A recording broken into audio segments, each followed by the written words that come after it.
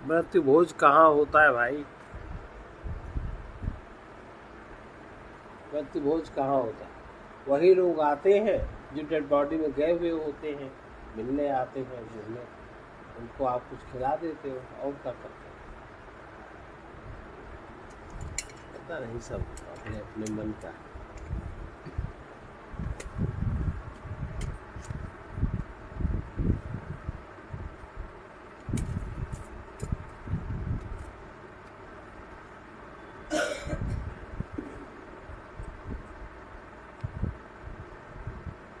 आप बहुत दिन में आए हैं?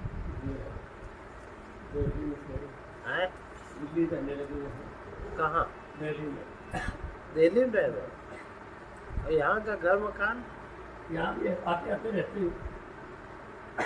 वहाँ कथाओं का स्कोप वहाँ अधिक है। अच्छा,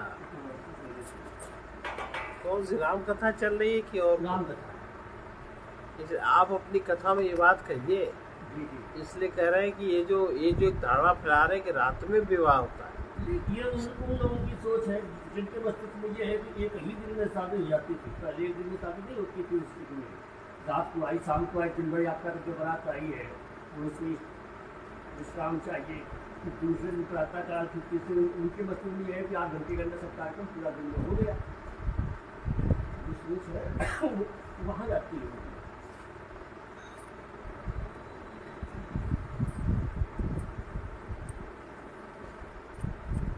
आज भी जागरण में सप्तपदी के बारे में भी निकला है।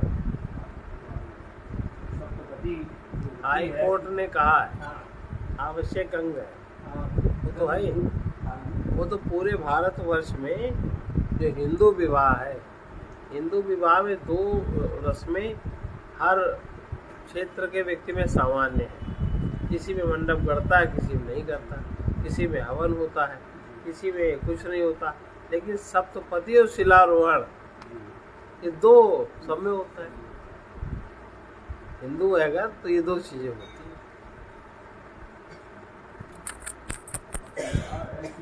बापू वो इस मकान में वहाँ पर मांगलिक कार्यक्रम हुआ वहाँ मर तो गया उसका पति कुछ महीने बाद।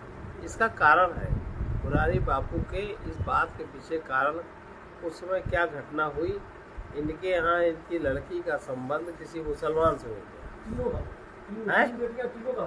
तीनों मुसलमान? अच्छा, और कुछ इनके साथ भी गड़बड़ थी। वो उसके प्रभावित होकर के ये मुसलमानों से मिलके उन्होंने वो नाटक रचा कि हम सब सामान्य हैं। और वो मुसलमान क्या तबला बजाता था, वो इनके साथ भी घुसा रहा, घर में घुसा रहा। उस बात को छिपाने के लिए कि हम बड़े महापुरुष हैं, हम जो करेंगे वही सिद्धांत बन जाता है, इन्होंने ये अहंकार पूर्वक बात करी। लेकिन उसका तो गलत तो गलत है, गलत रिएक्शन। और उसके परिणाम से 3 लड़कियां इसके मुसलमान में चली गई। इसकी महिला का भी संपर्क हो गया मुसलमान से, इनका हो गया। तो ये इतना भ्रष्ट हो गए, अभी भी ये भ्रष्ट है। अभी दुनिया का ढोंग करते हैं, ऐसे चलते हैं वैसे चलते हैं, क्या करते हैं? आप भ्रष्ट तो है ही हो। हम मस्जिद में रामायण करेंगे, वहाँ हम राम करेंगे, क्या तमाशा बनाए रखे हो।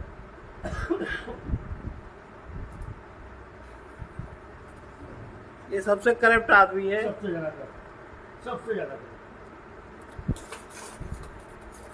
इतनी ओछी टिप्पणियां हुई थी जब इन्होंने मौला अली गवाया है राम कथा के अंदर, हिंदुओं से इतनी ओछी टिप्पणियां हुई हैं जिसकी कोई सीमा नहीं। अब ये प्रेम बुक करा करके पूरे सावन के महीने में बदमाश में पूरी इन्होंने 12 ज्योतिर्लिंगों में यात्रा की। और संयोग बस काशी में उसमें हम भी थे जब ये पहुँचे हैं। गंगा जल 20 टेंट भरवा करके उनकी उसी में रोटी बनती, उसी दाल चावल ये सब ड्रामा इनका होता है।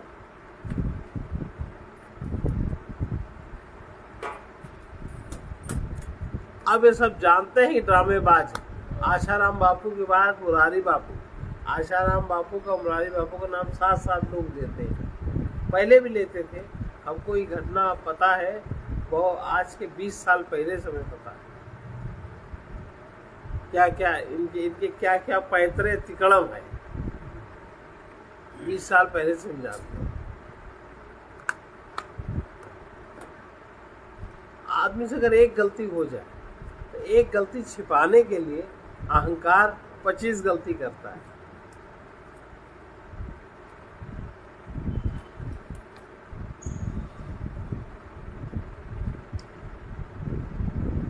ये क्या शमशान में विवाह प्रचलित कर पाए? दूसरा कोई उनका भक्त गया करने? बेकार का नाटक करते हैं। गलत आदमी, व्यभिचारी आदमी है। अब गंगा जल से पवित्र हो रहे हैं। क्या बना रखा है, सब लोग पता है। गंगा जल सबके सामने बनता है मांस, बेटियां बनाती है मांस, गंगा जल लेकर के। ये मुसलमान से शादियां कैसे कर ली? जो लोग जरा सा भी अगर किसी भी मुस्लिम व्यक्ति पर भरोसा करेंगे, हाँ, उनके धर्म में है वो ये बिना करे रहेंगे नहीं। हाँ।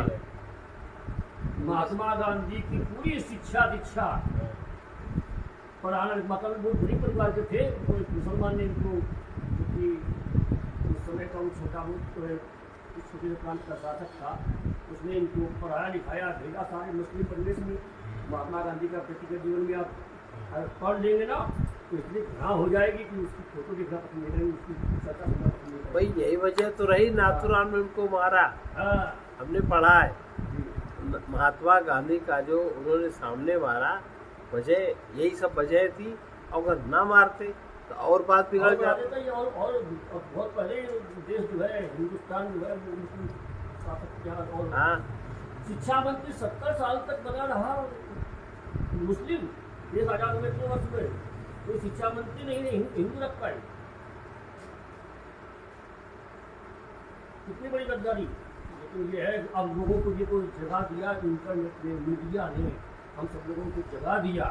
और सबसे बड़ी बात जो है, जो जगह हुए हैं, मुझे ये राम मंदिर का जो ये चक्र चला, उससे जनता जागरूक हुई धीरे धीरे। अब लोगों को समझ में आ रहा है, लेकिन फिर भी अभी भी लोग कहाँ जानते हो। सेकुलर इंदिरा गांधी ने सब लगाया उसमें। देखो मोदी जी ने कितनी सफाई खराब स्थिति को हवा नहीं, तुरंत बेटियाँ बढ़वा दी। अब उस नई बेटियों में सेकुलर शब्द है ही नहीं। काय में? संविधान में नई बेटियों में संसद नई सेकुलर शब्द है, बता दिया।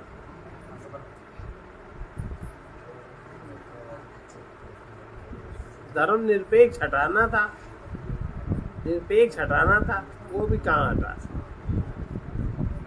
धर्म निरपेक्ष ये हटाना था, ये तो बीच में जोड़ा गया।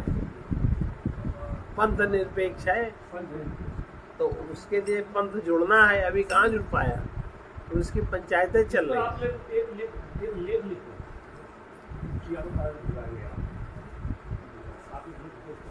अरे ये सब बातें सब लोग बोलते हैं, सब लोग जानते हैं, इसमें कोई नई बात तो है नहीं। ये तो सभी जानते हैं। सच्चिदानंद रूपाय विश्वोत्पत्त्यादि तवे तापत्रय विनाशाय श्री कृष्णाय वयं नुमः। चैतन्यं शाश्वतं शान्तं व्योमातीतं निरञ्जनं नादबिन्दुकलातीतं तस्मै श्रीगुरुवे नमः। सर्वरूपमयी देवी सर्वं देवीमयं जगत् अतोऽहं विश्वरूपां तां नमामि परमेश्वरी। आत्म साक्षात्कार होने पर, कल जब लोगों ने सुना, लोगों को बड़े बड़े भ्रम हैं।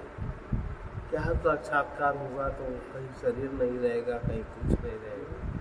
अरे शरीर जहाँ है, शरीर की स्थिति अपनी प्रारब्धानुसार है। आत्म साक्षात्कार आपके प्रयत्नानुसार है, भगवान की कृपा पे अधीन है। इसके होने पर शरीर के मन बुद्धि चित्त अहंकार हर स्थिति जो कि केवल एक प्रभाव पड़ता है कि अज्ञान की अवस्था में जो प्रारब्ध काम करता है, प्रारब्ध से प्रभावित होकर हम लोग पिछले कर्म से प्रभावित होकर हमारा जो शरीर संस्थान है, मन संस्थान है, कोई वृत्ति जगी नहीं कि हमने बहुत वेग से उसकी पूर्ति करी, बहुत वेग से करी। क्रोध आया नहीं कि हम झंझना गए, कोई हमारे प्रतिकूलता हुई, मन से संबंधित कोई भी प्रतिकूलता हुई कि हम एकदम हमारे ऊपर हावी हो गया, हमारे ऊपर हावी हो गया काम। ये लोग ये बात समझ नहीं पाता, लेकिन आत्म साक्षात्कार होने के बाद सब रहता, प्रारब्ध भी रहता, प्रारब्ध के अनुसार वृत्ति भी रहती, लेकिन जो वृत्ति की क्रिया है, वृत्ति में जो चेतना का सहयोग ना होने के कारण क्या होता, वो तुरंत क्षीण हो जाती। तो प्रारब्ध का भोग भी हो गया, आपके स्थूल शरीर में, सूक्ष्म देह में प्रारब्ध आया, और उस वृत्ति, आपके चित्त में वृत्ति बनी, वो तो बनेगी, और चित्त में फिर मन में आई कामना के रूप में, उसको आपने देखा, आपने उसको अंधे बन के उसकी पूर्ति नहीं करी, उसमें आपने विचार करके चाहा क्या होना चाहिए। तो इतनी जो देर आपने लगा दी, इतनी देर में प्रारब्ध का वेग शिथिल हो गया। अब जो वो ताव था शिथिल हो गया। अब आप उतनी जोर से कर्म नहीं कर सकते। अब आप जो भी कर्म करोगे वो कोई अंधाधुंध वाला कर्म नहीं होगा कि उससे पुनः वैसा ही प्रारब्ध बने। प्रतिक्रियात्मक कर्म आपका नहीं होगा। कर्म तो होगा, भाई जैसे ऊपर से कोई वस्तु डंडा अंडा फेंक दे और उधर से हम निकले, तो डंडे को तो हाथ बचाएगा। उसके दो प्रतिक्रिया है, एक तो किसने डंडा मारा, क्रोध आएगा, या वहां कोई है पकड़ के लाओ, नहीं तो डंडे पलट के फेंक दिया, तो ये कोई भी क्रिया नहीं होगी। अब जो आपका भोग था शांत हो गया, आपने अपने को बचा लिया। तो कह रहे कि अर्जित प्रारब्ध के वेग से ज्ञान की अवस्था में ये सब कुछ काल तक चलता है, प्रारब्ध तो रहता है, लेकिन जब उसमें आप प्रतिक्रियात्मक कर्म नहीं करते तो आपका प्रारब्ध का भोग बहुत जल्दी समाप्त हो जाता है, आपका टाइम वेस्ट नहीं होता। और प्रारब्ध का वेग आप शरीर के साथ ना शरीर को नुकसान करेगा, ना मन को नुकसान करेगा, ना किसी को नुकसान करेगा। इस तरह वृत्ति का उठना भी कम हो जाता है। सारे जो संस्थान में जो चल रही है क्रिया डाउन हो गई, सब संस्थान अपने स्वरूप में हो जाते हैं। इसलिए मन आपका सात्विक हो जाएगा, चित्त आपका सात्विक हो जाएगा, तो उसमें फिर वो रस ही दूसरे प्रकार का, आपको प्रकृति जन्य रस भी दूसरे प्रकार का होता है। प्रकृति जन्य रस उसकी पूर्ति में पुनः इच्छा नहीं होगी, इतना आप तृप्त हो जाएंगे कि फिर दोबारा इच्छा नहीं, सब जगह। तो ये मन बुद्धि के स्तर से ऊपर उठकर जब ये अनुभूति होती है तो व्यवहार में परमात्मा भाव, जो हमारा भाव शरीर है, वो परमात्मा भाव का विस्तार कर देता है। तो परमात्मा भाव के विस्तार के कारण से जो हमारी क्रिया का रिफ्लेक्शन है उधर से, वो बहुत दिव्य होता है। तो हमारे चारों तरफ से ऐसा एक परकोटा बन जाता है कि हमारा प्रारब्ध फिर हमारा कुछ शरीर मन आदि का बिगाड़ नहीं पाता। इसलिए शरीर धीरे से शरीर में प्रारब्ध आता है, उसका भोग चलता है, समाप्त हो जाता है। अब प्रारब्ध का शंकराचार्य जी कहते हैं कि प्रारब्ध का निराकरण हो जाता है। निराकरण का अर्थ दो प्रकार का है। एक तो जब शरीर में जब प्रारब्ध नहीं रहेगा, शरीर आपका छूट जाएगा। जब तक प्रारब्ध है तब तक शरीर है, और जब शरीर नहीं रहेगा, प्रारब्ध समाप्त हो गया, शरीर भी छूट गया। अब जो आपने नए कर्म किए हैं, नए कर्म का जो वो बीज बन रहा है, उसके बाद जिसका नंबर है उसके अनुसार आखिरी में जो आपका प्रारब्ध है उसके अनुसार नया शरीर बनना शुरू हो जाएगा। पर प्रारब्ध का वो छूटता रहे संग। ये कह रहे हैं कि शास्त्रों में सुना जाता है कि आत्मज्ञान हो जाने पर प्रारब्ध नहीं छोड़ता, प्रारब्ध चलता है। बता रहे, इसके विषय में भी बताएं। देखिए, उत्पन्नेप्यात्म विज्ञाने प्रारब्धं नैव मुञ्चति इति यच्छूयते शास्त्रे तन्निराक्रियते धुना। शास्त्रों में जो ऐसा सुना जाता है, अच्छा प्रारब्ध का भी खेल बड़ा विचित्र है। प्रारब्ध के अनुसार, पिछले कर्म के अनुसार आप जो प्रकृति बना दी गई, सूक्ष्म शरीर, जो आदतें डेवलप हो गई, आप उनको नहीं छोड़ सकते। उनके लिए कितना प्रयास करना पड़ता है, बहुत प्रयास, और किसी को प्रयास की प्रेरणा भी नहीं मिलती, और फिर भी आप नहीं छोड़ पाते जब तक उस कर्म का भोग, जिस कर्म से आपकी वो आदत बनी है, उस कर्म का पूरा भोग नहीं हो जाए। अब इसमें आप प्रयास न, अब उससे कितने कुकर्म बन जाते, चोरी, जारी, मिथ्या, उससे कुकर्म बनते। नया प्रारब्ध उससे दुगुना हम तैयार कर लेते। मान लो चोरी करने की आदत, कोई को बच्चा शुरू से चोर होता है ना, अब वो थोड़ा बड़ा हुआ, वो काम करता है। अब उसको अगर शुरू में आपने ध्यान न दिया किसी भी प्रकार से, तो उसकी आदत बुढ़ापे तक नहीं छूटती। उनको बाहर बैठे कथा सुनने, अभी चप्पल ही डाल दे जेब में, उससे कोई मतलब नहीं है, वो प्रकृति है। लेकिन अब कर्म तो बना उससे, और उसका फल अब फिर आएगा। तो जिस वेग से कर्म बना, जब तक वो वेग छेड़ो तब तक आप और लंबा वेग तय कर लेते हो। तो ये इसी को भाव कहते हैं। हो रहा है, आप जहां करता बना, आपका अहंकार भोगता बना, वहां बस होने लगा, सर्किल घूमने लगा, आप उससे निकल ही नहीं सकते। इसी को भव कहते, भवन, इसी को भवन। तो ये सुना जाता है कि आत्मज्ञान हो जाने पर भी प्रारब्ध नहीं छोड़ता। अब इसका मतलब ये नहीं कि यहाँ आप आत्मज्ञान की चर्चा सुने तो आपको प्रारब्ध क्षीण हो जाए, या जो चर्चा करता है उसको आत्मज्ञान है नहीं, उसको शब्द ज्ञान में नहीं है, व्यवहार ज्ञान में नहीं है। और जैसे आजकल श्रीमद् भागवत की कथा जो आचार्य पंडित जी लोग कहते हैं, भागवत कभी पढ़े नहीं है, सारे श्लोक पढ़ते ही नहीं है, 2, 4, 6 श्लोकों ने याद है, पढ़े, उसी में अपना गाना बजाना ले करके, और क्या उनका प्रारब्ध नहीं काम करेगा? क्या उनसे कर्म नहीं बनेगा? क्या उनको भक्ति आ गई? राधे राधे गाले क्या भक्ति आ गई? क्या राधे राधे के नाम भक्ति है? बताओ। तो सब कल्पना है। व्यक्ति के मन को लुभाने के लिए, फुसलाने के लिए, आकर्षित करने के लिए, अहंकार अपनी पूर्ति के लिए नाना विधान रचता है, और व्यक्ति उसको चाहिए क्या? धन, मान, भोग, नाम, कुछ नहीं छीड़ होता। जब वो चीज होएगी तब तो छीड़ होगा। उसके अनुसार जब आप चलेंगे तब तो छेड़ होगा। भाई जैसे कल कहा था कि राधा जी और ये जितने भी वृंदावन के लोग थे, जब से 11 वर्ष के बाद गए, दोबारा को न वही मिले ना और को मिले गए दोबारा। अब हम लोगों में भी जैसे जो बचपन में साथी थे, पढ़ाई लिखाई वाले कैसे थे, दोबारा कहाँ किसी भेंट हो? एक्सीडेंटली भेंट हो गई तो प्रसन्न आते हो, भैया क्या कर रहे हो, कैसा क्या चल रहा है? अरे इतना समय बीत गया तुमने याद नहीं यार, कैसे अब मोबाइल आ गया, पहले था नहीं, अब अच्छा फोन नंबर दो, अब कॉन्टेक्ट में है, बस उसका अगर उसको कुछ काम है तो उसने तुम्हारा फोन किया, वरना फिर नहीं करता।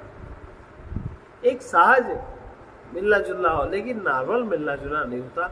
तो कृष्ण के जीवन में भी जितने उनके छूटते गए, आगे यात्रा चलती गई, दोबारा लोग कभी नहीं मिले। ये व्यक्ति का अहंकार किस तिकड़म से, ये तामसी अहंकार किस तिकड़म से भगवान को भी अपनी विरोध का बना के, भक्ति को भी अपनी विरोध का बना के, सब तरह के केवल अपना मतलब सिद्ध करता है।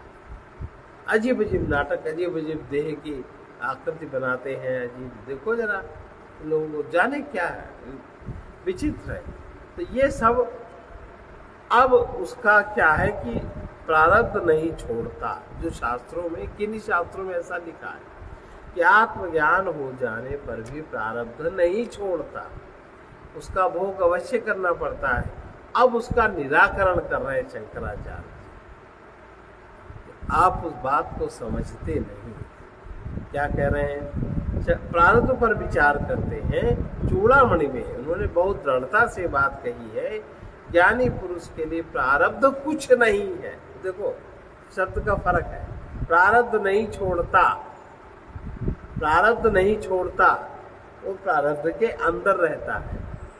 ये कह रहे हैं ज्ञानी पुरुष के लिए प्रारब्ध कुछ नहीं है। माने जैसे उसके लिए अन्य वस्तुएं हैं, ऐसे उसके लिए प्रारब्ध भी है। उसका जीवन प्रारब्ध से ऊपर होता है, ऊपर उठ के होता है। उसका जीवन प्रारब्ध के अंतर्गत नहीं होता। तो प्रारब्ध उसके लिए कुछ नहीं है, ये लिखा है। कुछ नहीं का अर्थ ये नहीं है कि प्रारब्ध नहीं छोड़ता। प्रारब्ध तो होगा तो होगा, पर ज्ञानी पुरुष के लिए प्रारब्ध नामक तत्व से भय नाम की अवस्था कुछ है, उसके लिए प्रारब्ध कुछ भी नहीं। अन्य शास्त्रों में कहा गया है कि आगामी और संचित कर्म तो ज्ञान की अग्नि में जल जाते हैं, किंतु प्रारब्ध का भोग ज्ञानी को भी भोगना पड़ता है। प्रारब्ध शरीर के लिए है, आत्मा के लिए नहीं। लेकिन आत्मा की चेतना ही तो शरीर में काम करती है।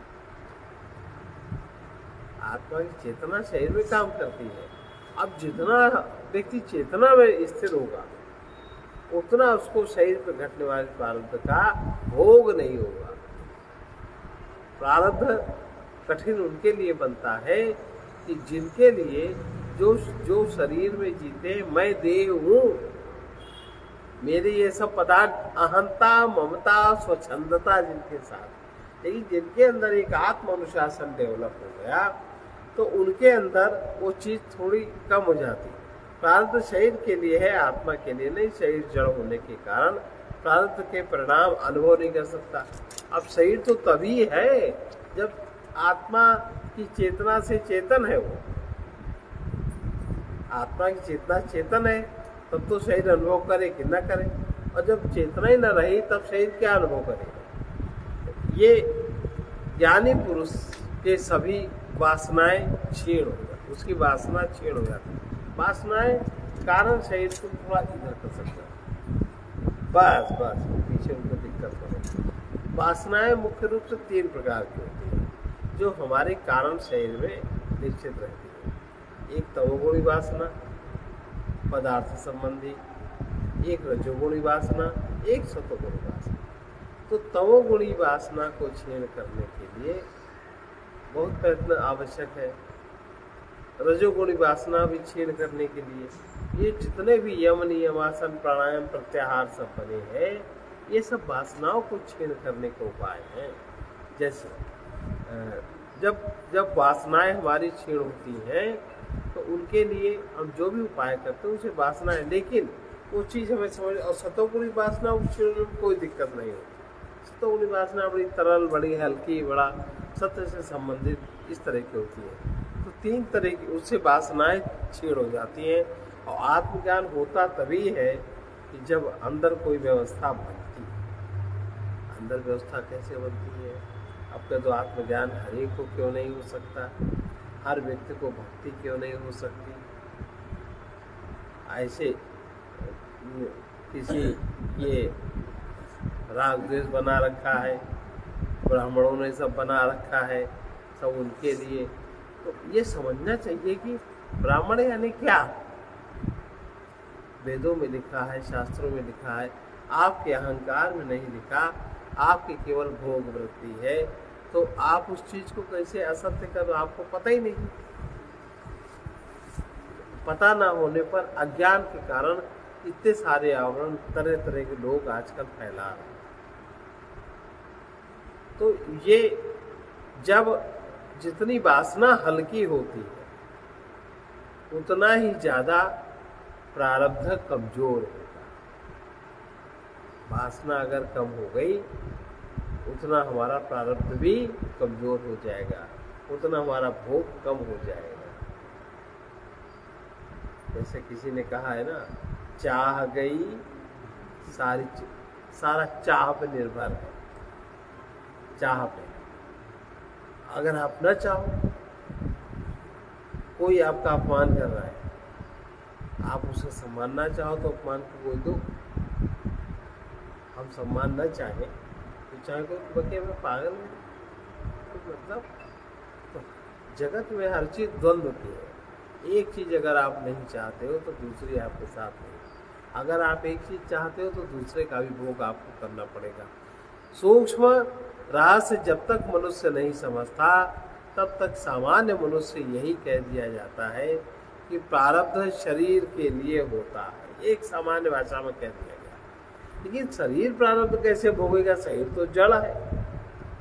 शरीर में प्रारब्ध का विस्तार होता है, सूक्ष्म शरीर में उसका संस्कार होता है, कारण शरीर से उसको उत्पत्ति होती है, उसका संस्कार सूक्ष्म देह में हुआ। पहले कोई भी चीज कारण शरीर से सूक्ष्म शरीर में आएगी, वो आपको कहीं स्वप्न के रूप में, कहीं मानसिक चिंता के रूप में, कहीं अनागत भय के रूप में, कहीं उलझन के रूप में। ऐसा होता है ना कभी कभी, कुछ भी नहीं। अब उसके बाद वो चीज शरीर पे फैलती है। शरीर भोगायतन है और सूक्ष्म शरीर भोगोपकरण है। अगर सूक्ष्म शरीर से आप क्रिया नहीं करोगे, उपकरण से अगर आप कोई चीज बनाएंगे नहीं सूक्ष्म रूप से, तो प्रारब्ध भी उतना काम नहीं। इसके सबके कारक व्यक्ति है। तो ये उदाहरण क्या देते हैं कि राम कृष्ण रामायण जीसस सबको, ये सब महात्माओं को भी अपना प्रारब्ध भोगना पड़ा। अब ये सब महात्माओं का स्तर क्या है भाई? गंभीर स्तर तो हम लोग नहीं समझ सकते। अंदर का है स्थिति तो वही लोग जाने। हम लोग भी महात्माओं को तो विभिन्न प्रकार की चीजें उड़ा देते हैं। जैसे प्रयागराज में जाओ, कहीं मिलेगा कोई ब्रह्मचारी, कहीं कोई मिलेगा जो उनसे शकल देखो तो ऐसी शकल किसी की होती ही नहीं। सब शब्दों के जुल्मे लिखे होते। विचित्र। क्या असलियत है? इन लोगों को भी प्रारब्ध भोगना पड़ा, ऐसा लोग कहते हैं। ज्ञानी पुरुषों की दृष्टि से वे सदा अद्वितीय त्रिगुणातीत शांति में वास करते ही कोई। ऐसी अद्वितीय स्थिति में प्रारब्ध का भोग कैसे हो सकता? नहीं हो सकता। ज्ञानी पुरुष शरीर मन बुद्धि में तादात्म्य नहीं रखते। ये एक सिद्धांत है। जो ज्ञानी है उसका शरीर का, मन का, बुद्धि का तादात्म्य नहीं रहता। वो मैं देह हूँ, देह मेरी है, ये उसकी ग्रंथि छूट जाती है ना। अब अतः शारीरिक घटनाओं से वे अनासक्त रहते। शरीर में होने वाली कोई घटना में वो आसक्त नहीं होते। वो रहे या जाए, उनका उनसे कोई सरोकार नहीं रहता। शरीर रहे या जाए, कोई सरोकार उनका उससे नहीं रहता। ये उसे देखने वाले अन्य लोग यही समझते हैं कि शरीर मन बुद्धि के द्वारा प्रारब्ध भोग हो रहा है। ज्ञानी व्यक्ति की दृष्टि में एक अद्वैत का ही बोध है। अब इस स्तर का कोई ज्ञानी हो, इस स्तर का सर्वत्र अद्वैत हो, अब इतना ज्ञानी कौन मिलेगा सिवाय शंकराचार्य के अलावा? इस स्तर का ज्ञानी शंकराचार्य के जीवन की घटना है। शंकराचार्य जी समाधि में बैठे, कुछ तांत्रिक लोग, उनको तंत्र साधना के लिए किसी बलि की आवश्यकता थी। ये बलि या तो राजा की हो और या फिर किसी यति योगी की हो। अब राजा कहाँ तुमको धरेगी? तुम राजा को पकड़ लोगे, राजा पकड़ में तो आएगा नहीं। राजा उनको कहीं नहीं मिला।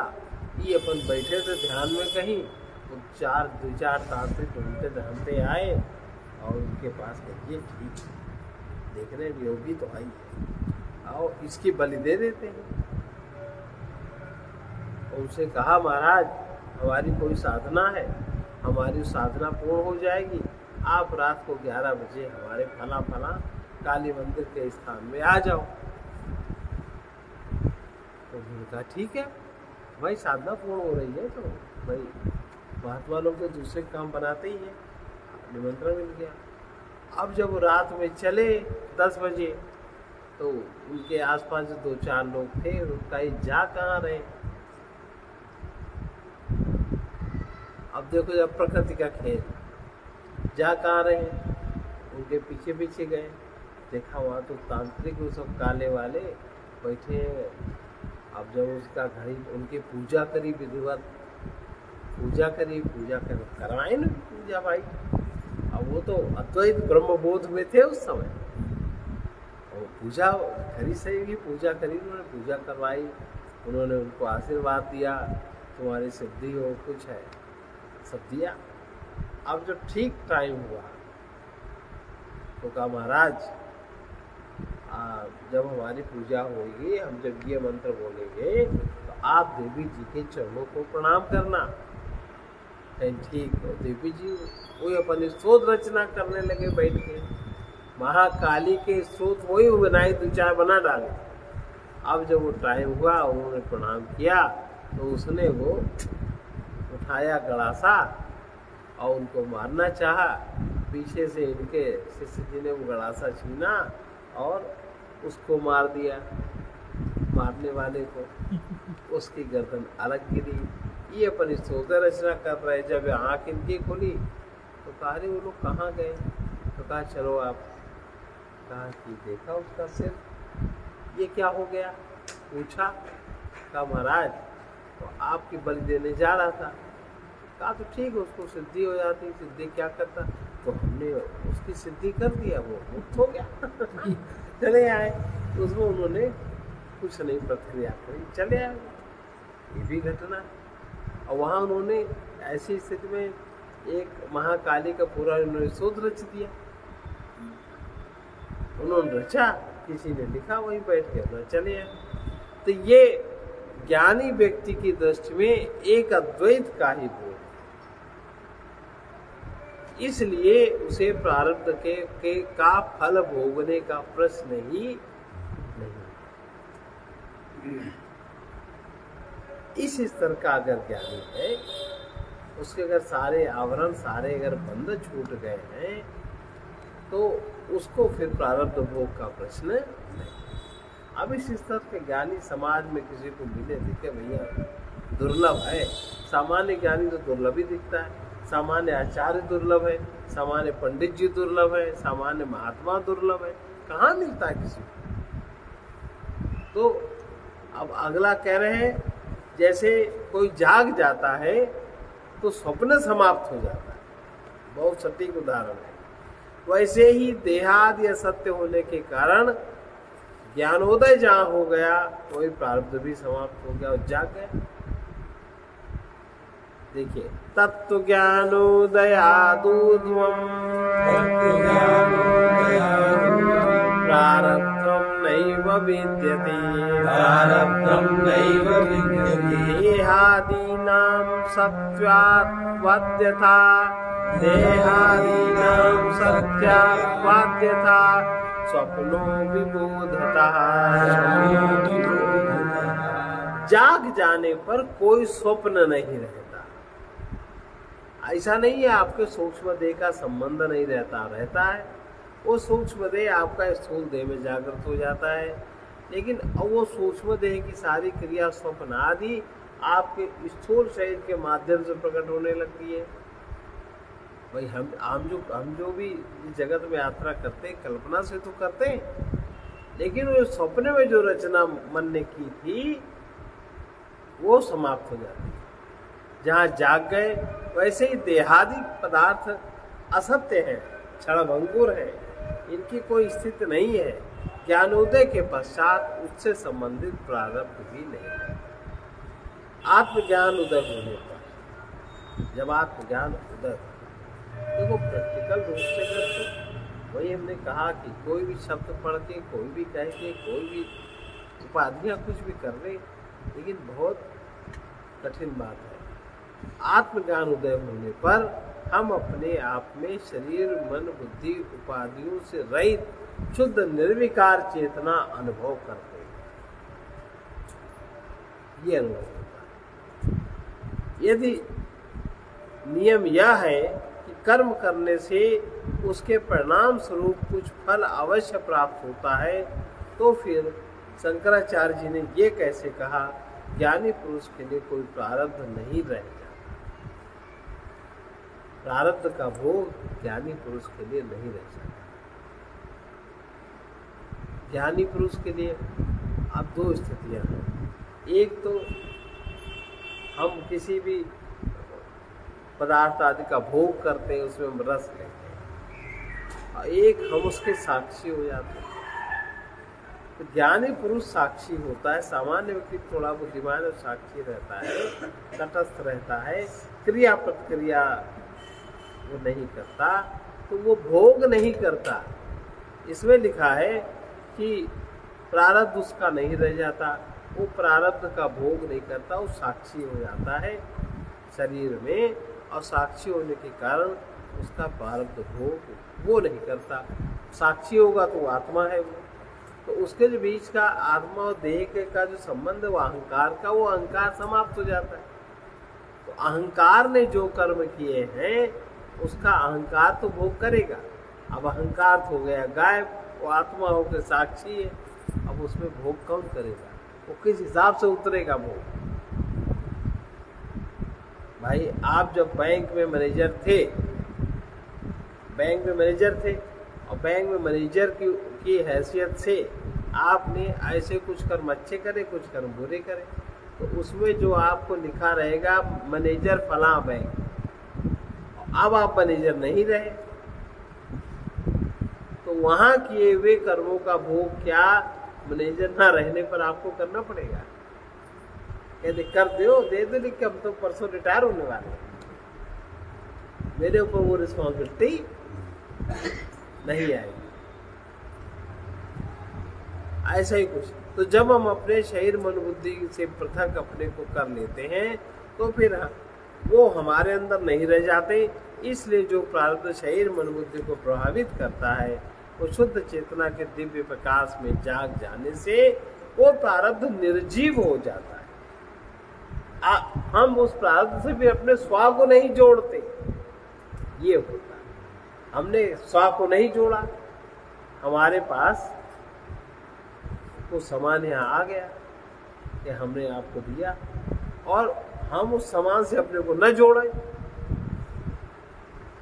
आपने रख दिया, आपने मेरे हाथ में तो दिया नहीं, आपने रख दिया, रखा रहा, उड़ के चले गए, किसी ने भी दिया, तो कहेंगे भाई उस हम देखते तो उसमें क्या था, हम लेते तो उसमें क्या था, हमें क्या पता कि उसमें क्या था। तो इसी प्रकार से कि शरीर मन बुद्धि से पृथक जब हम अपने आप को कर लेते हैं, अपना स्व की जो मान्यता हटा देते हैं, तब वो हमारे अंदर शरीर मन बुद्धि हमारे अंदर नहीं रहते। चेतना के प्रकाश में हम उनको कार्य करते हुए देखते हैं, और शुद्ध चेतना के दिव्य प्रकाश में जाग जाने से जो पिछला हमारा कर्म था वो निर्जीव हो जाता है, हम उसको छूते नहीं। और उदाहरण, स्वप्न दृष्टा जाग जाने पर स्वप्न को की वस्तुएं और स्वप्न की घटनाओं से पूर्णतः मुक्त हो जाता। स्वप्न देखने वाला जाग गया तो स्वप्न में जो कुछ भी था मुक्त हो गया कि नहीं? अब कौन जागने वाला? अब वही स्वप्न हम जब यहाँ देखते रहेंगे, जाग तो गए पर हम वास्तव में नहीं जागे, स्वप्न की दुनिया हमारी यहाँ भी बनी रही, तो वही प्रारब्ध यहाँ विकास होके हमको भोग कराएगा। और जब वहाँ हम एकदम जाग गए, उसको हमने यहाँ नहीं सेट किया, यहाँ हम कल्पना पूर्वक नहीं जिए, यथार्थ पूर्वक जिए, हम चैतन्य में आत्मा में जिए, तो स्वप्न में देखने वाली घटना होने वाली हमको कैसे प्रभावित करेगी? ऐसा ही कुछ कहना चाह रहे हैं ये। तो स्वप्न के पदार्थ स्वप्न दृष्टा पर ही अपना प्रभाव डाल सकते हैं, किंतु स्वप्न दृष्टा जब जागृत पुरुष हो जाता है, जब तक वो स्वप्न में रहता है तब तक तो प्रभाव पड़ता है, और जब वो जागृत पुरुष हो जाता है तो फिर प्रारब्ध उसको प्रभावित नहीं करता। प्रारब्ध होता है पर उसका प्रभाव उसके ऊपर नहीं होता। ये मतलब जागृत अवस्था की दृष्टि से स्वप्न एक भ्रांति है ना, और उसमें हम जग गए। और प्रारब्ध की उत्पत्ति पूर्व कर्मों से हुई है। पूर्व कर्मों का जो इस जीवन भोग चलेगा वो है। हर क्षण हमारी रचना पूर्व कर्मों के अनुसार हो रही है। हम जो भी करते हैं सब पूर्व कर्म के अनुसार करते हैं, नया कोई कुछ नहीं करता। जैसे कोई व्यक्ति हिंसक है, उसने हिंसा करी, उसने किसी जानवर को मारा, अब कह दो कि उसमें कहाँ पूर्व कर्म है? जानवर का कुछ कर्म होगा, उसने उसको मारा, अब वो कर्म उसके चित्त पे आ गया, उसके चित्त पे आ गया। अब वो जानवर को मनुष्य देह मिल जाएगा, क्योंकि अंते या मति सा गति, जानवर उस मनुष्य देह में आ जाएगा। अब वो परिस्थिति जब बनेगी तो उस प्रारब्ध का जो कर्म उसका हुआ है, अभी प्रारब्ध बना 10 साल लगे, 20 साल लगे, 25 साल लगे, वही घटना पुनः उसके साथ होगी। अब उसके साथ होने में नहीं कोई जानवर ही बनेगा ना, वो अस्पताल में पड़ा रह के कैंसर का रोगी भी हो सकता है, और जानवर डॉक्टर हो सकता है। तो आपके अंग को तिल तिल करके काटेगा, जलाएगा, वही घटना वो वही व्यक्ति करेगा। आपको उसी स्तर की तकलीफ। अब सामान्य लोग क्या कहते हैं, मनुष्य कैसे जानवर बन जाएगा? कठिन, मुश्किल, उसके और आयाम निकल आते हैं।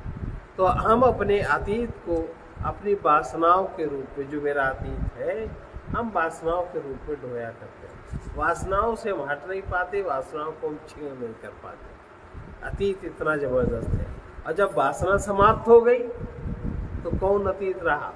न प्रारब्ध रहा, न अतीत रहा। इस प्रकार से जो वासनाओं के अनुसार ही हमारी भावनाएं होती हैं, वैसे हमारे विचार होते हैं, वैसे हमारी कामनाएं होती हैं। वासनाओं का फल भोगने के लिए उपयुक्त शरीर और उपयुक्त वातावरण प्रकृति हमें प्राप्त करा देती है, इसमें हमें कुछ नहीं करना पड़ता। इस कारण वासना रूप कारण शरीर के द्वारा अतीत हमारे ऊपर अपना प्रभाव डाले रहता है। ये वासना रूप कारण शरीर हमारे कर्म, हमारे भावनाओं, हमारे विचारों को स्वभावतः नियंत्रित और संचालित किया रहता है। वासना के अनुसार हमारे कर्म नियंत्रित होते हैं, हमारी भावनाएं वासनाओं से नियंत्रित होती हैं, और हमारे विचार भी वासनाओं से नियंत्रित होते हैं। इसलिए ध्यान की अवस्था क्या है? ध्यानम ही निर्विषयम न, निर्विचार अवस्था ध्यान। ठीक है, आप विचार में रहेंगे, आप वासना के अंतर्गत रहेंगे, प्रारब्ध के अंतर्गत आप रहेंगे। ज्ञानी पुरुष वो है जो इन वासनाओं की सीमा के पार चला, कारण शरीर के जो पार, चौथी अवस्था में जो निरंतर जागृत है। अब वो कारण शरीर को चलाएगा। जैसे हाथ आपको मिला, आप चाहते हो तो हाथ का उपयोग करते हो, चाहते हो तो नहीं करते। अब अगर वासना अनुसार करते हैं, भाई हमारा विचार हुआ तब तो करेंगे, हमारा विचार ही नहीं है तब जरूरत है तो करेंगे। स्वतंत्र अधिकार तब कारण शरीर में प्राप्त होता है, सूक्ष्म शरीर में प्राप्त होता है। सूक्ष्म शरीर वासना ही है ऐसा नहीं, कारण शरीर वासना ही ऐसा नहीं। कारण शरीर में जब वासना का पर्दा हटता है, आवरण जब हटता है, तब वही निरावरण होके वही आत्मबिंदु बनता है। आत्मबिंदु के आसपास पुण्य और पाप कर्म जो हमारे संचित होते रहते हैं, वही कारण शरीर की उपाधि है। इसलिए ये वासना रूप कारण शरीर हमारे कर्म, वासनाओं, विचारों को स्वभावतः नियंत्रित संचालित करता रहता है। ज्ञानी वो है जो इन वासनाओं की सीमा के पार चला जाता है, इसलिए उसके लिए कारण शरीर जैसा कुछ भी नहीं होता, उसका कारण शरीर समाप्त हो जाता है। फिर हम कैसे कह सकते हैं कि उसका कोई प्रारब्ध है? जब कारण शरीर के पाप पुण्य सब समाप्त हो गए, कहाँ वासना करेगी। इसलिए क्योंकि प्रारब्ध शरीर के लिए नहीं हो सकता, क्योंकि शरीर जड़ है। आत्मा भी प्रारब्ध के अधीन नहीं हो सकता, क्योंकि वह करता है। इसलिए ज्ञानी पुरुष का कोई प्रारब्ध नहीं होता। समझ में आई बात? फिर से इसको समझे। ज्ञानी पुरुष वो है, ज्ञान वो है। पहली बात तो हम लोगों को ज्ञान की परिभाषा नहीं पता। ज्ञानी पुरुष वो है जो इन वासनाओं की सीमा के पार चला है। सात्विक राजस तामस जो वासना है जड़ जगत से वो पार हो गया। नंबर 2, उसके लिए कारण शरीर जैसा कुछ भी शेष नहीं रहता, क्योंकि चेतना के बिंदु पर उसके आसपास जो पाप पुण्य कर्म के बीज घेरे हुए होते हैं वही वासनाएं कहलाते हैं। और जब उसका अहम बिंदु व्यापक हो गया तो पाप पुण्य के कर्म तो जड़ कहाँ रहेंगे, नहीं रहेंगे। कारण शरीर उस सीमा के पार चला जाता है, उसके लिए कारण शरीर जैसा कुछ शेष नहीं रहता। फिर हम कैसे कह सकते हैं कि उसका भी कोई प्रारब्ध है? ज्ञान में प्रारब्ध समाप्त हो जाता है। प्रारब्ध तभी तक है जब तक कोई वासनाओं के अधीन है, जब तक कोई चाह के वासना ही चाह के रूप में हमारे सूक्ष्म शरीर में हमारे मन में जागृत होती है। तो संत कहते हैं बहुत सारी चिंताएं हैं, लेकिन अगर ये ज्ञान हो गया कि हम ये नहीं है, चाह गई चिंता मिटी मनुआ बेपरवाह, जिनको कछु नहीं चाहिए सोई चाह। छोटी सी बात, अनुभव की बात कर दी। जब तक कोई वासनाओं के अधीन है तब तक प्रारब्ध काम करेगी, और जब तक वासनाओं के अधीन है तब तक वासना संबंधी पदार्थ से हमारा संबंध बना रहेगा। और वो संबंध हमारा पाप पुण्य, पाप है तो उसकी पूर्ति नहीं होगी, पुण्य तो पूर्ति हो जाएगी। हम उसमें अपने को सुखी मानेंगे। ये लेवल रहता है। ज्ञानी पुरुष की कोई वासना नहीं रह जाती। ज्ञानी माने वासना रही। प्रारब्ध शरीर के लिए नहीं होता, क्योंकि शरीर तो जड़ है। शरीर ने कर्म थोड़ी न किया, कर्म तो उसमें अहंकार ने किया। वो कर्ता बना है, वो भोक्ता बना है। तो अहंकार जहाँ होएगा वही तो भोगेगा। शरीर के माध्यम से भोगेगा, मन के माध्यम से भोगेगा, चित्त के माध्यम से भोगेगा। और वो आत्मा अकर्ता है। आत्मा भी प्रारब्ध के अधीन नहीं हो सकता, क्योंकि वो करता है। इसलिए ज्ञानी पुरुष का कोई प्रारब्ध नहीं होता। फिर आचार्य और शास्त्र ये क्यों कहते हैं कि ज्ञानी पुरुष को भी तो प्रारब्ध भोगना ही पड़ता है? ये कथन केवल उन अज्ञानी पुरुषों के लिए है जो ज्ञानी पुरुष को सुख दुख देख कर पूछते हैं उसको ये सुख दुख क्यों हो रहा है, उसके साथ ऐसा क्यों है, पर वो क्या करता है, कैसा है, उसकी खबर किसी को अता पता नहीं रहती। इसलिए शास्त्र कहते हैं ज्ञानी पुरुष का शरीर प्रारब्ध के अनुसार चलता है। लोग कह देते हैं, कहने सुनने की बात है, सत्य नहीं है। अज्ञानी पुरुषों की शंका का यही सवाल है। अब क्या ज्ञानी पुरुष सोचता नहीं है? सोचता है।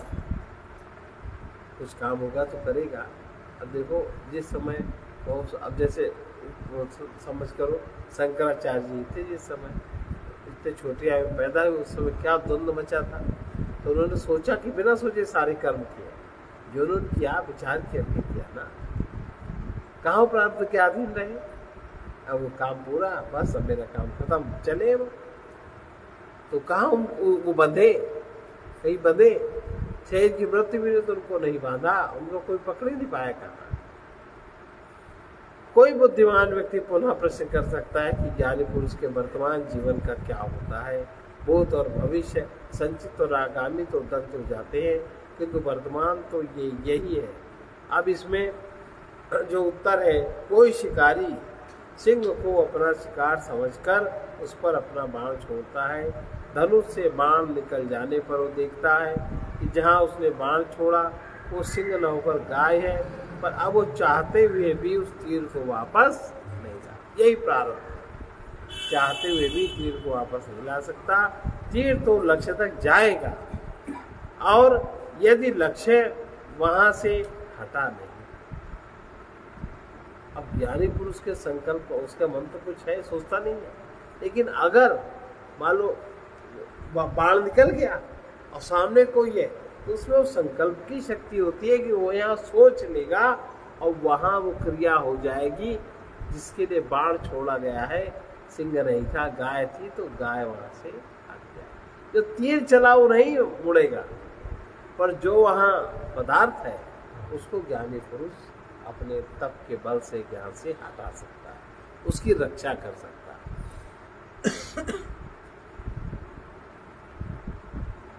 तीर तो लक्ष्य तक जाएगा और यदि लक्ष्य वहीं से हट नहीं गया तो अवश्य उसे लगेगा।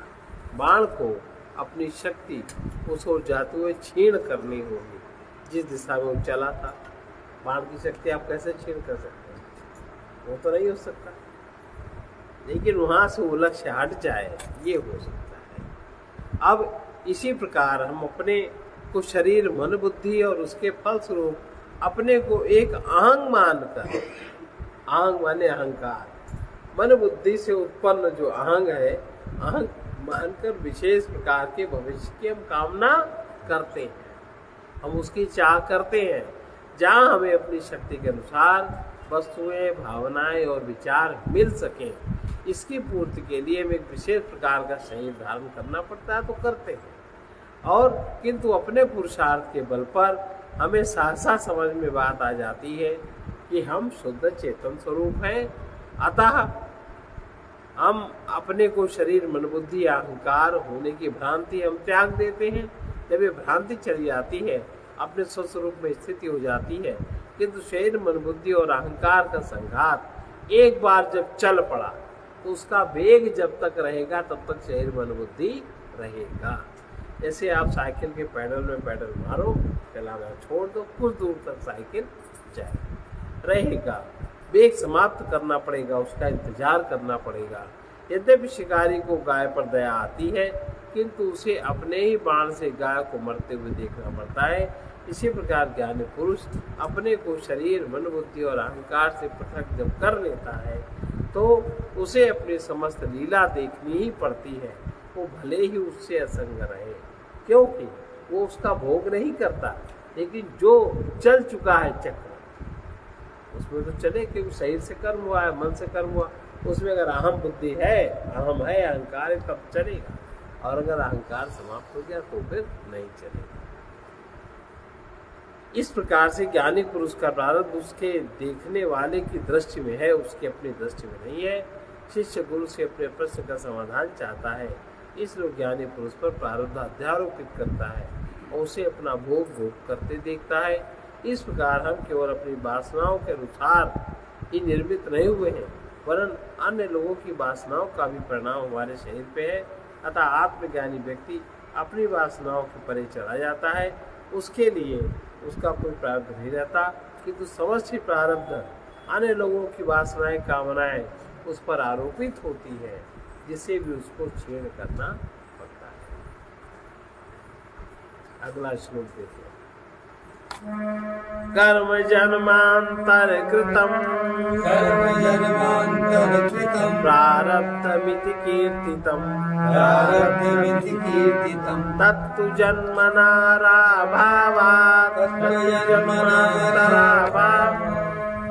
तनु जन्मांतराभावात् पुंसो नैवास्ति कर्हिचित् पुंसो नैवास्ति कर्हि। जन्मांतर में किया हुआ कर्म ही प्रारब्ध कहलाता है। और एक एक प्रारब्ध आ गया, इस शरीर में जो कर्म कर रहे हैं, जिसमें कुछ पिछला मिला करके अगले शरीर का प्रारब्ध तय होगा। अतः ज्ञानी की दृष्टि में जन्मांतर का अभाव होने से प्रारब्ध भी किसी अवस्था में नहीं, जन्मांतर का अभाव हो गया तो प्रारब्ध भी किसी अवस्था में नहीं रहता। ये उसका शरीर छेड़ हुआ, उसके बाद वो मुक्त हो जाता है। अब पूर्व जन्मों में किए हुए कर्म ही कर्म जन्मांतर कृतम, इस श्लोक में प्रारब्ध की व्याख्या की गई। प्रारब्ध का अर्थ है पूर्व कर्मों का फल। पूर्व का अर्थ केवल पूर्व जन्म नहीं है, पिछला जन्म और भी जन्म है। पिछा जन्म ही नहीं है, हम यही अपने जीवन में भी पूर्व काल के किए हुए कर्मों का फल प्राप्त करते हैं। जैसे अग्नि को प्रारब्ध का अर्थ है पूर्व कर्मों का फल, पूर्व का अर्थ केवल पूर्व जन्म ही नहीं है, हम यही अपने जीवन में भी पूर्व कर्म के किए हुए कर्मों का फल प्राप्त करते हैं। अग्नि को छूते ही हमें उसका तत्काल फल मिलता है और हाथ हमारा जलता है। हाथ जलने का ये अनुभव पूर्व जन्मांतर कृत कर्म फल नहीं है, ये वर्तमान का है। कुछ वर्तमान के भी कर्म हमने जो कर दिए हमें भोगने पड़ते हैं। यह तो अभी तत्काल किए हुए कर्मों का फल है। बिजली के तार में यदि बिजली का संचार है, अगर उसे छू लिया तो हमें उसका फल अगले जन्म में मिलने वाला नहीं है, इसी जन्म में मिले। लेकिन पिछले जन्म के कर्मों के अनुसार हमें उसको छूना था, हमारी कर्मेंद्रियां प्रभावित हुई, हमारी ज्ञानेंद्रियां प्रभावित हुई, ऐसा सोचा वरन हमें यही इसी समय झटका लगेगा। कुछ कर्मों का फल तत्काल परिपक्व होकर तुरंत मिल जाता है, कुछ दूसरे कर्मों का परिपाक धीरे धीरे जन्मांतरों में होता है। कर्म का परिपक्व फल ही प्रारब्ध कहलाता है।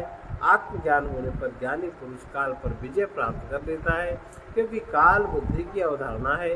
ज्ञानी पुरुष मन बुद्धि के पार चला गया, इसलिए ज्ञानी पुरुष कालातीत गति को प्राप्त कर लेने से काल के अंदर सक्रिय रहने वाले प्रारब्ध से मुक्त हो जाता है। पूर्व काल में किए हुए वे कर्म जो वर्तमान में अपना फल प्रदान कर रहे हैं प्रारब्ध कहलाते हैं।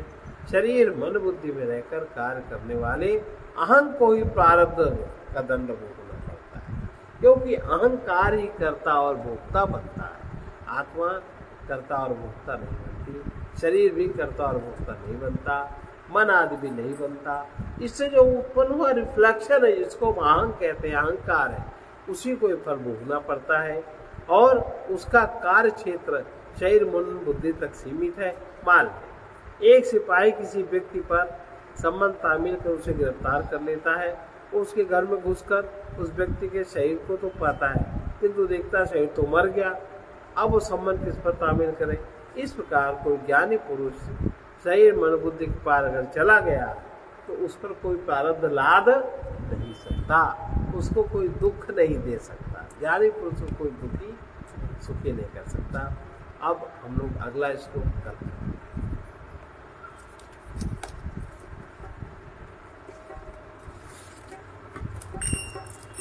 देखिए, उनको ज्ञानी न समझ लेना कि जो ज्ञान की बातें करते हैं।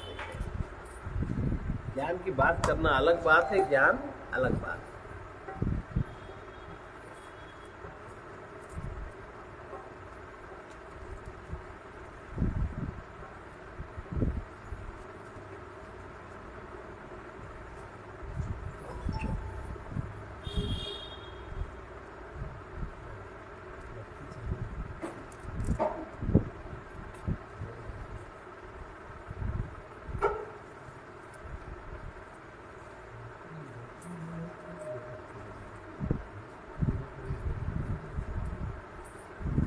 ये ज्ञान बड़ी मुश्किल से समझ में आता है।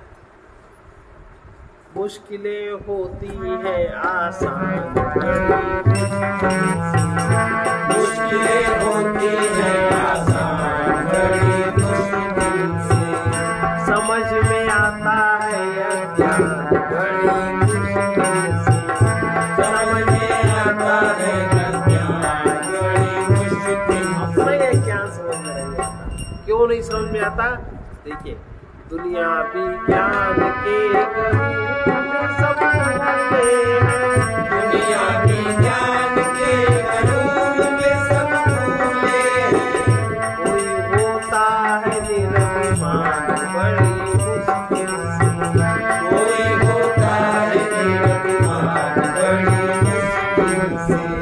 मुश्किलें होती है आसान, मुश्किलें होती है आसान, बड़ी मुश्किल से।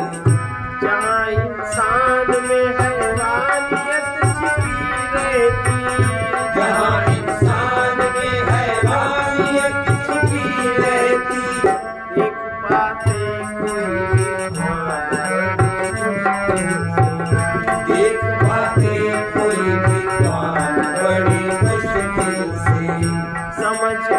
आता है अज्ञान बड़ी मुश्किल से।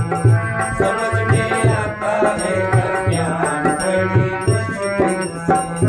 कभी प्राकृतिक विधान गलत करता नहीं, कभी प्राकृतिक विधान गलत करता नहीं, मगर होता है इत्मीनान बड़ी मुश्किल से।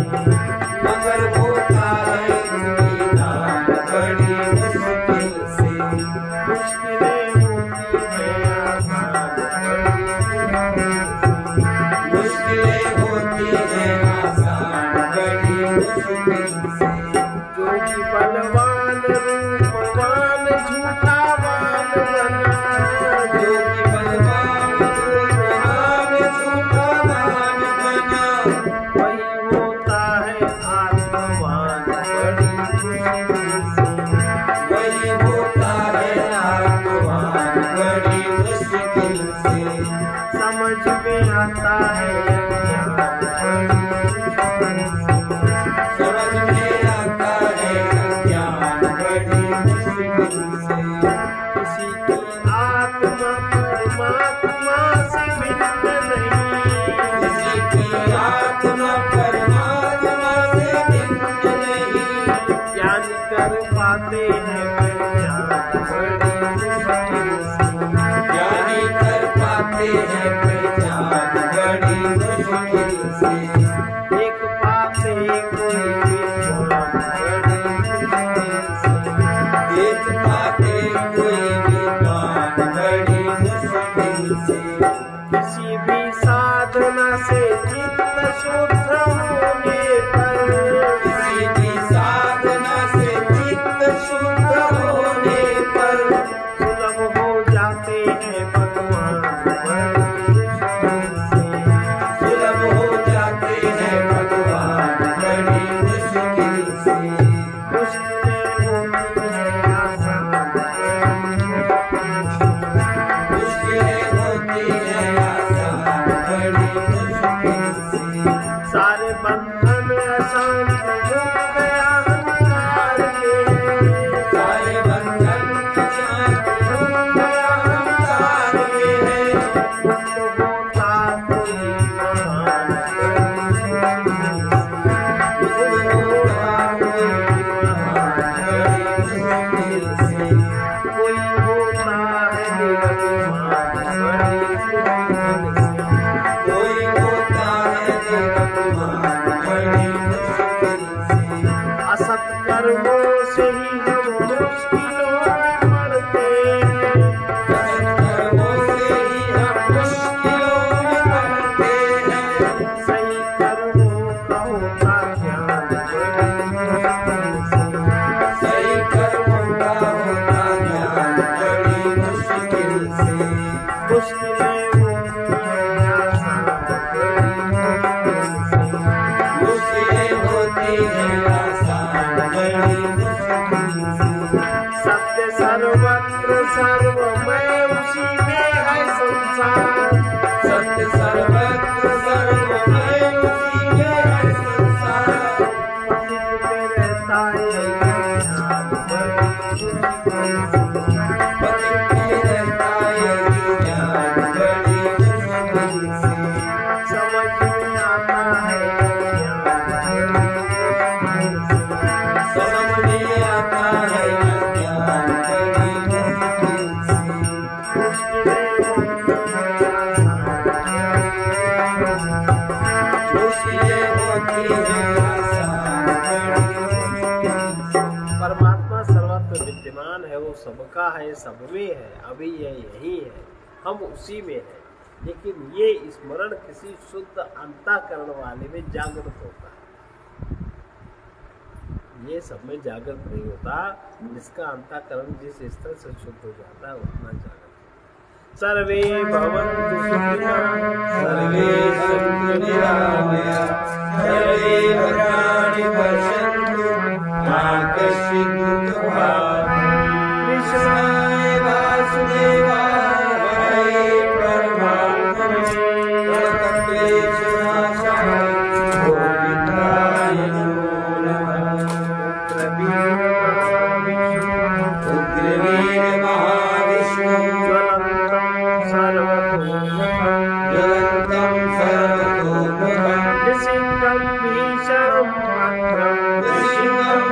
भूषणं भद्रं मृत्यु नमाम्यहम् मृत्युमृत्युं नमामि असतो मा सद्गमय तमसो मा ज्योतिर्गमय मृत्योर्मामृतं धर्मम् ॐ पूर्णमदः पूर्णमिदं पूर्णात्